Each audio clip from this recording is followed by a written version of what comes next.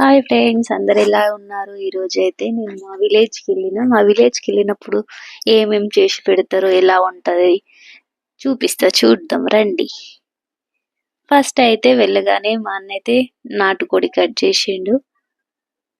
చూడండి, దాంట్లో అయితే కోడిలో గుడ్డు వచ్చింది, చిన్న చిన్న గుడ్లు వచ్చినాయి. కర్రీ కోసం అని సగం సపరేట్ చేసి మళ్ళా సలోయ్ కోసం అని సపరేట్ తీసుకున్నాడంట మా డాడీ. కర్రీ ఎలా ప్రిపేర్ చేసుకోవాలో, నాటుకోడి పులుసు మా అక్క సూపర్ గా చేస్తుంది, చూద్దాం రండి. ఫస్ట్ ఆనియన్, పచ్చిమిర్చి వేసుకోవాలి. మంచిగా వండుతుంది మా అక్క, సూపర్ గా ఉంటది టేస్ట్ అయితే. చూడండి ఎలా చేస్తుందో. తర్వాత చికెన్ వేసుకుంది.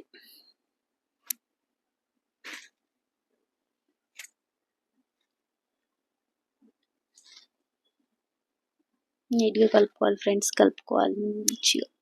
తర్వాత అల్లం వేసుకుంది, కొద్దిగా తగినంత పసుపు వేసుకోవాలి.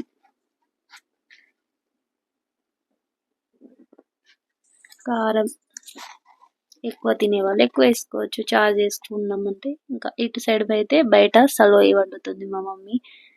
చూడండి, కట్టెల పొయ్యి మీద సలోయి చేసుకుంటే చాలా బాగుంటది టేస్ట్ అయితే. ఒకసారి ట్రై చేయండి.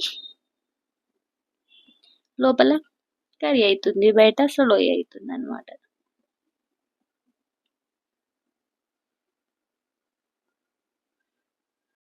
సలోయి చేసేటప్పుడు మాట్లాడొద్దంట ఫ్రెండ్స్.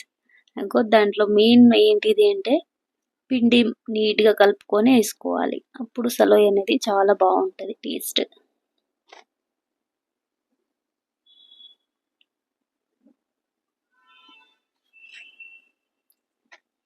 చూసిరా, నీట్ గా కలుపుకోవాలి, లేకుంటే మంచిగా అనిపించదు అనమాట టేస్ట్. కోడి గుడ్డు కూడా సలోయిలో వేసుకుంటే టేస్ట్ సూపర్ గా ఉంటది ఫ్రెండ్స్. మీరు ఎప్పుడైనా తిన్నారా? తిని ఉంటే కామెంట్ చేయండి.